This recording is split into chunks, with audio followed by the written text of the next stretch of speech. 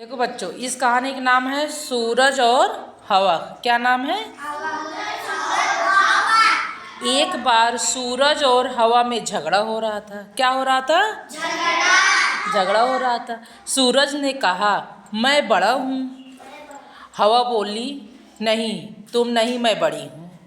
सूरज और हवा का यह झगड़ा बहुत देर तक चलता रहा। बहुत देर तक मतलब बहुत देर तक चलता रहा। समय ज़्यादा लिया कि मैं जो बड़ी हूँ, वो बोला मैं बड़ा हूँ ना। कौन बोला? सूरज बोला मैं बड़ा हूँ, हवा बोली मैं बड़ी हूँ। तभी कुछ देर तक तभी उनको रास्ते में एक आदमी दिखाई दिया। कौन दिखाई दिया? आदमी दिखाई दिया। उसने चादर ओढ़ रखी थी। क्या ओढ़ रखी थी? क्या ओढ़ रखी थी? चादर। सूरज ने कहा, वह देखो, एक आदमी चादर ओढ़कर जा रहा है। कौन जा रहा है? हाँ, आदमी चादर ओढ़ के जा रहा है। हम में से जो उस आदमी का चादर को उतरवा देगा वही बड़ा होगा। किसने कहा? सूरज ने कहा। हवा ने सूरज की बात मान ली। हवा ने किसकी बात मान ली? पहले हवा की बारी आई। वह जोर जोर से चलने लगी। खूब तेज हवा चलने लगा। तेज हवा के चलने से ठंड बढ़ गई। देखो, हवा चलती है तो ठंडी लगती है ना। ठंड बढ़ गई। आदमी ने चादर को जोर से पकड़ लिया। कैसे पकड़ लिया? जोर से चादर पकड़ लिया। इस तरह हवा जोर लगाती रही, पर आदमी ने चादर को अपने शरीर से नहीं उतारा। वो खूब तेज से ओढ़ रखा था। अब सूरज की बारी आई। किसकी बारी आई? सूरज चमकने लगा। धूप तेज हो गई। आदमी को गर्मी लगने लगी। वह पसीना पसीना हो गया। उसने चादर उतार दी। सूरज जीत गया, हवा हार गई। कौन जीता? सूरज। कौन हारा? तो कौन बड़ा है? इसके कहानी के हिसाब से वही बड़ा है ना, सूरज। इसका नाम है आदमी और चूहा। क्या नाम है? आदमी और चूहा। बहुत पहले की बात है। एक तालाब में धान के कुछ पौधे उगे थे। कहाँ पौधे उगे थे? उन पौधों पर धान की बालियाँ लगी थी।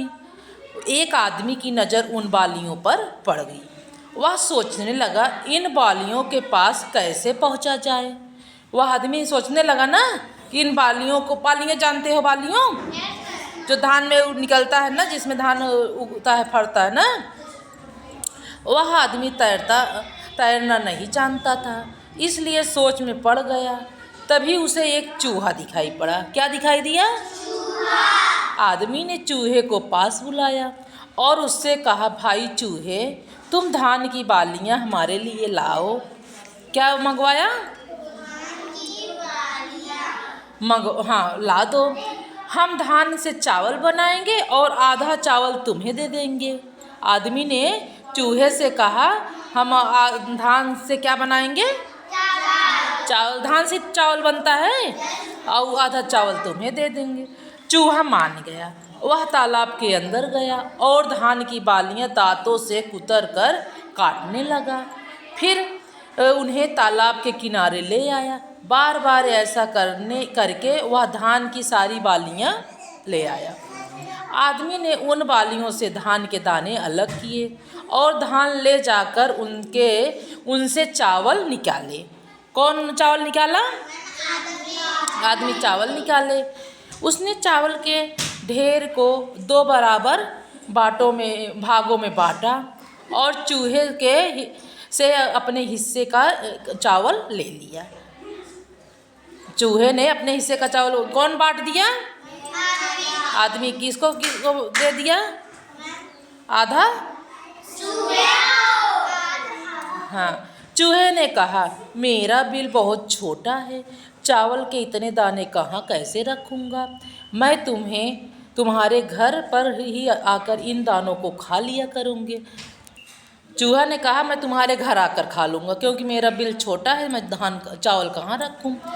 उस दिन के बाद से ही चूहा आदमी के घर पर आता और अनाज के दाने कुतर कुतर कर खाता है।